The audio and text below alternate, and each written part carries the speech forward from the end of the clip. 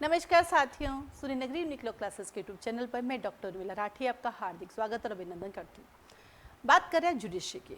मेरे पास कई फ़ोन आते हैं जब 12th अभी कंप्लीट होने को है, रिजल्ट आ रहे हैं 12th के, तो पेरेंट्स चाहते हैं कि हमारा बच्चा भी जज बने।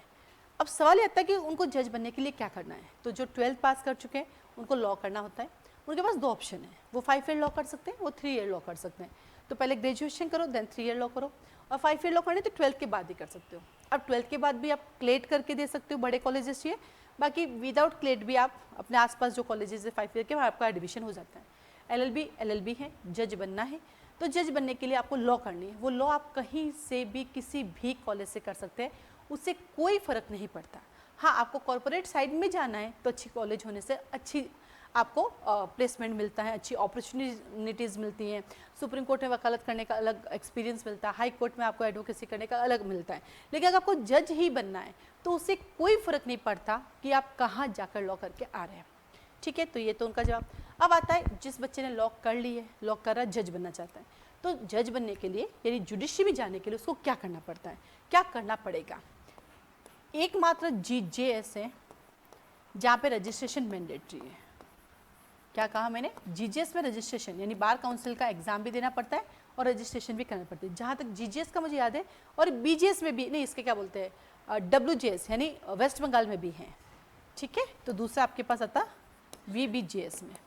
इसके अलावा एक ऐसा स्टेट भी है जहाँ पे आपको सिर्फ अपीयरिंग वाला भी कर सकता है, यानी एलएलबी भी कंप्लीट होने की जरूरत नहीं है, वो है राजस्थान, आरजेएस। इन सब के अलावा बाकी सब में क्या है, इन सब के अलावा बाकी सब में आपका एलएलबी कंप्लीट होना चाहिए। तो पहली कंडीशन क्या है जुडिशरी में जाने के लिए? एलएलबी कंप्लीट होनी चाहिए। उसके बाद किसी ने मुझसे पूछा कि एलएलबी में कितने परसेंटेज चाहिए जुडिशरी के लिए? कोई फर्क नहीं पड़ता, एलएलबी पास होनी चाहिए।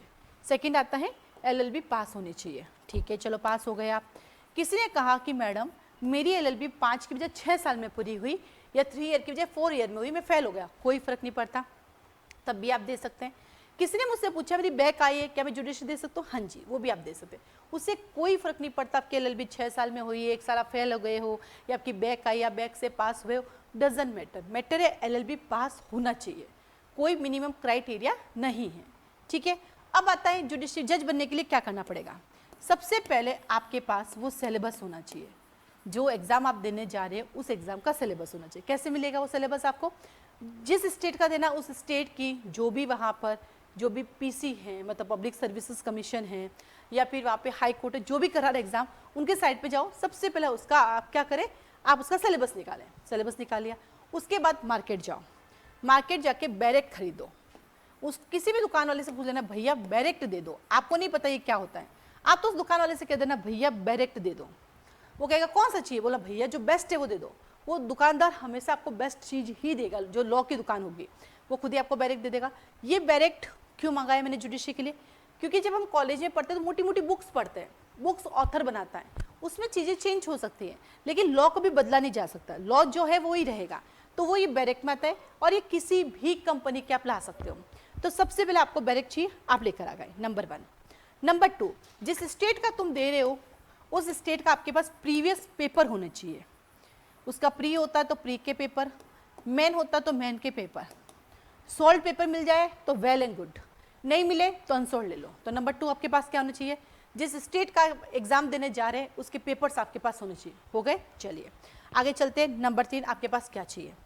तीसरा कहता है कि उस एग्जाम के लिए अब आपके पास गाइड होनी चाहिए। गाइड, ये गाइड 2 रूप में होता है, एज ए कोचिंग सेंटर के रूप में, एज ए बुक्स के रूप में। आप कोचिंग ज्वाइन कर सकते हो तो वेल एंड गुड, नहीं कर सकते कोई दिक्कत नहीं, मार्केट में गाइड अवेलेबल है। जहाँ प्री का एग्जाम है तो प्री का ले आओ, प्री में ऑब्जेक्टिव क्वेश्चंस आते हैं और मेन में सब्जेक्टिव क्वेश्चंस आते हैं। दोनों की कोई ना कोई राइटर की कोई ना कोई गाइड अवेलेबल होगी, वो ले आओ।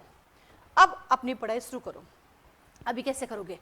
अभी रजिस्टर खरीदने बाकी है, पेन खरीदने बाकी है, अब आप रजिस्टर खरीदो, पेन खरीदो, कलरफुल पेन लो ताकि नोट्स कलरफुल बने, तो थोड़ी सी क्रिएटिविटी भी लेके आओ लाइफ में, तो उसे पढ़ना भी आसान लगेगा, अच्छा लगेगा।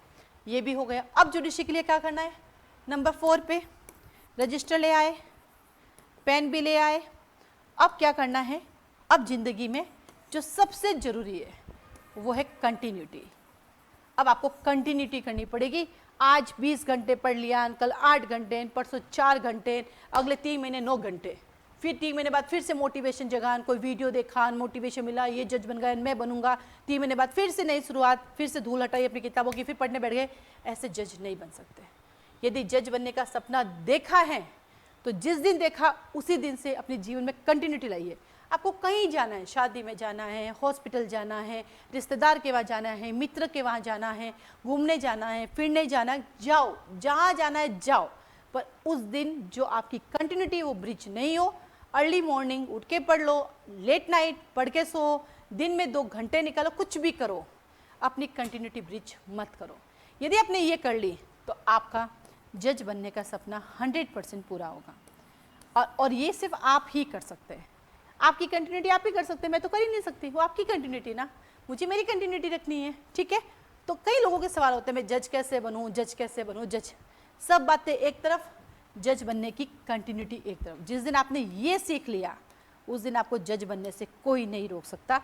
ये आपको भी पता है, मुझे भी पता है, पर ये होती नहीं है। अब सवाल है करूँ तो कैसे करूँ? सवाल यही तो है, कह तो कोई भी देगा कंटिन्यूटी करो, पर करूँ कैसे यही तो नहीं पता है। ये तो खुद ही को ढूंढना होगा। लालटेन लेके आप ही को खोजना पड़ेगा। लालटेन, यू नो, एक लालटेन होती है, रोशनी आती है, पुराने ज़माने में होती थी, बैटरी, दिया, चलो मोबाइल की रोशनी यू है, यस, यही आपकी कंटिन्यूटी का ब्रिज है। फेंको इसको, फेंक दो।